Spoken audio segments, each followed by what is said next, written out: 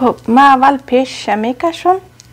این پیش لباس است و این گلایش باید پایین بیایم. از اینجا پایین دامن میشه، از اینجا بالا. من اول اندازه میکنم. این تیکه من خود زیاد است.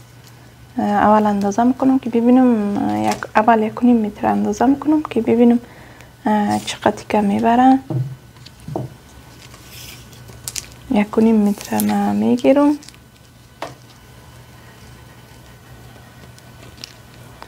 ببینین به این شکل اندازه 1.5 متر ما اینجا خط کردیم.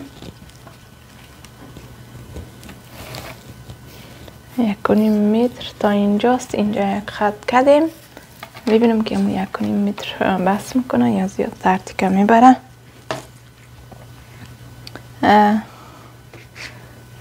پشتش از این نمیکنم.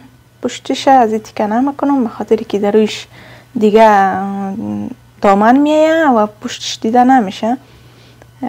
تنها پیش از این تیکه میکنم، پشتش ساده میکنم، به خاطر که تیکه قیمت است. پشتش فایده نداره از این بکنم، به خاطر که در رویش دیگه دامن میایه. دامن هم درازه و پشتش زیاد معلوم نمیشه.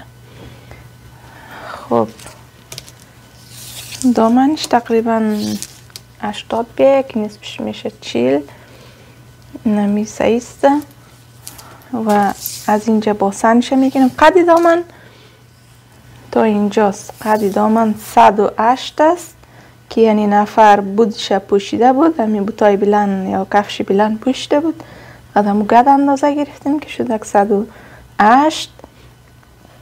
من 2 سانت دخت میگیرم، 110 میگیرم، به خاطر که بالایش قاد نداره. فقط با این 2 سانت بری دخت میگیرم.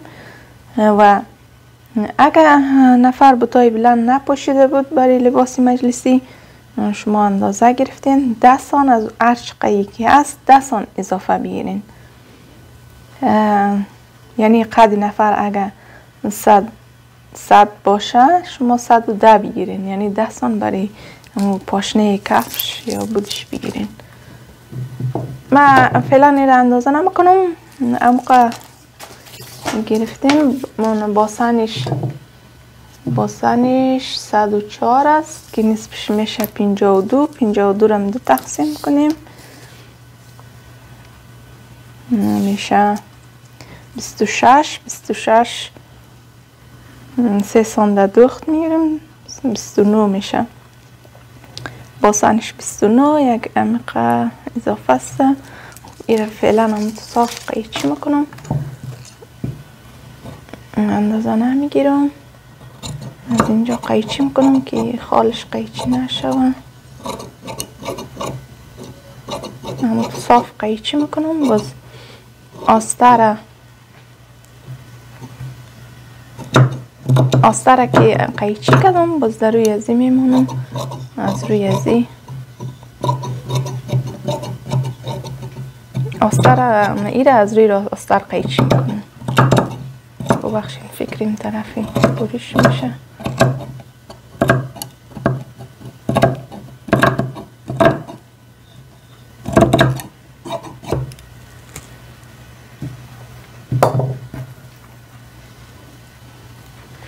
و قدش که گرفتم از بالا خوق زیاد اضافه بر نمیشه. ببینین 110 بود، از بالا مقدار اضافه بر میشه که اون به درد نمیخوره. باز این دامن شد. دانه پیش یعنی پیش لباس. فعلا اینجاش قیچی نمیکنم. گفتم با ساتن که قیچی کردم، ساتن اندازه سایزش قیچی میکنم. باز ساتن در روی ازی میمانم، از روی ازی قیچی میکنم. و آستینایش میگیرم. آستینایش هم از این طرف میگیرم. این گلا زیاد فکر میکنم خوبش نمیاد. لبی آستین ببینید این گلاش زیاد خوب نمیاد نظری من آستین از این طرف میگیرم.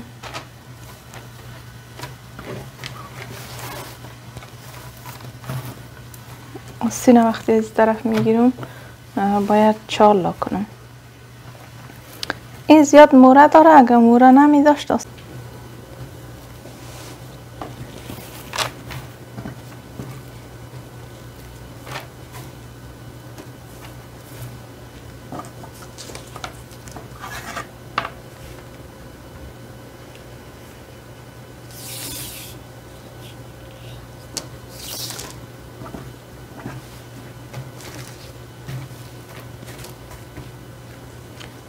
از این طرف آستین چه میگیرم، به خاطر که اینا بانه در پیش رویش، اینا را در پیش روی یا در بالاتنه در قسمت پشت استفاده میکنم. اگر از این طرف هم آستین بگیرم، اگر آستین از این طرف بگیرم، این طرف دیگه هیچ به درد نمیخوره، اونطوری دی زیاد تیکه مصرف میشه و اینا در پیش یخنش خوب است، در بالاتنه و یا هم برای آستینش خوب است.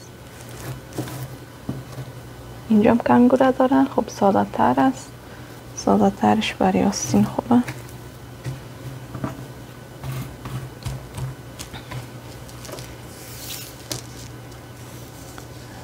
قدی آستین 58 است، 60 میگیرم.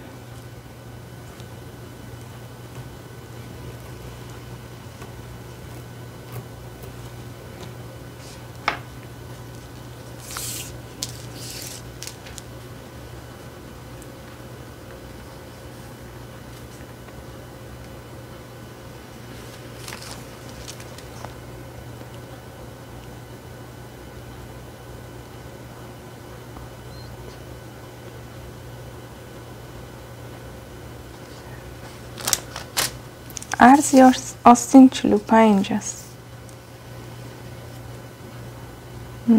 45 است که نصفش میشه. خیلی کلان است. خب باشه، ولی یکیش میکشم راحت تره.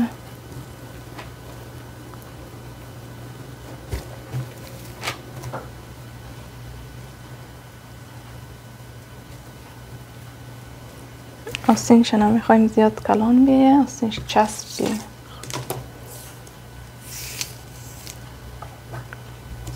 شست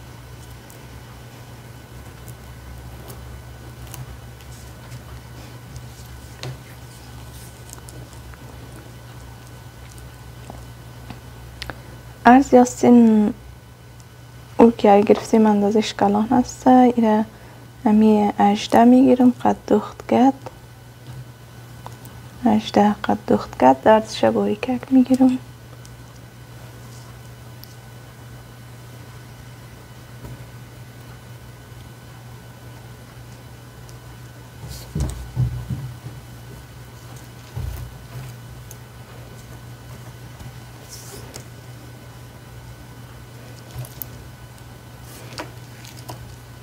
و حلقه آستین زیادتر میزنم، 18 سان، 18 سان.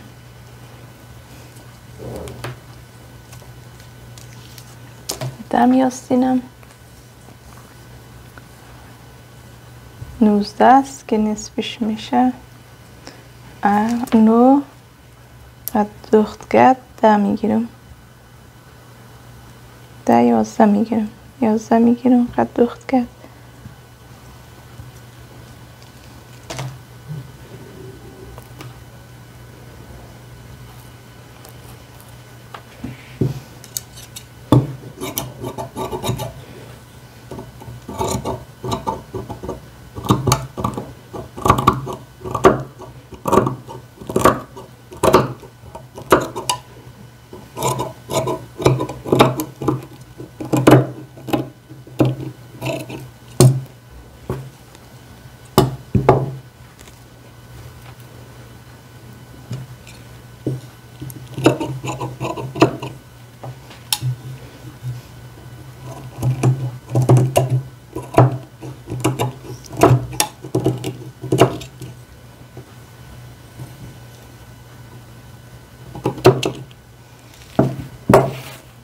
اینجا روید سیمه نیست.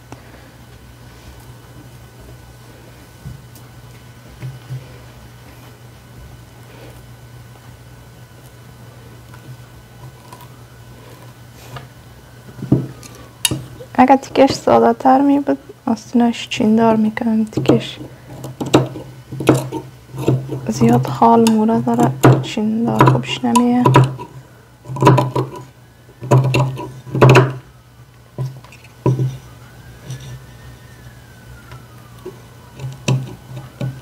این موره رو قیچی میکنم.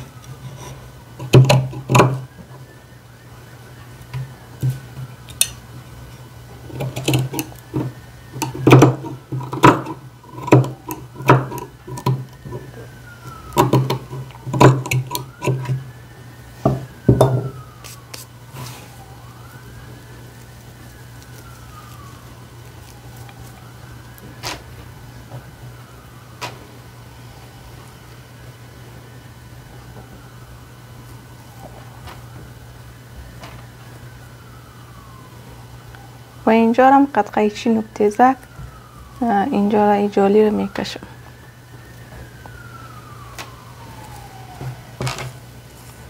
خب دیگه شم از روی میکشم.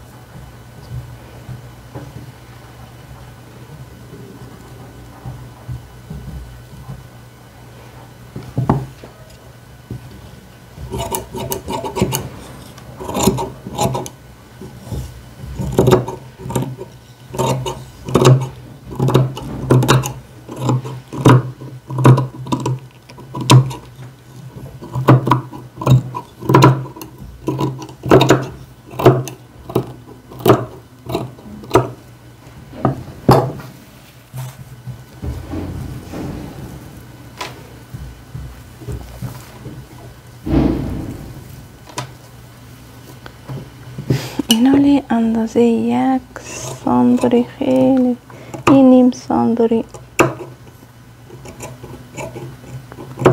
قسمتی پیشی آستینه به این شکل نیم ساند، یعنی نیم ساندری قسمتی پیشی آستینه میزنم. خب اینی در نظر بگیرین که این طرف آستین میشه، این طرف آستین و ایرم اینقدر صابون خط میکنم که فهمیده شه و این پیش است. این طرف هم به اون شکل.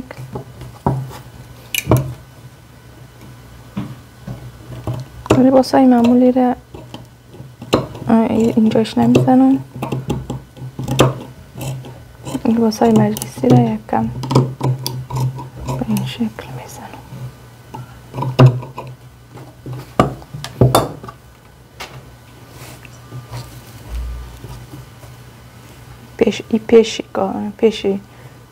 پیشش دوخته میشه، پیش است. خب بیام از آستینایش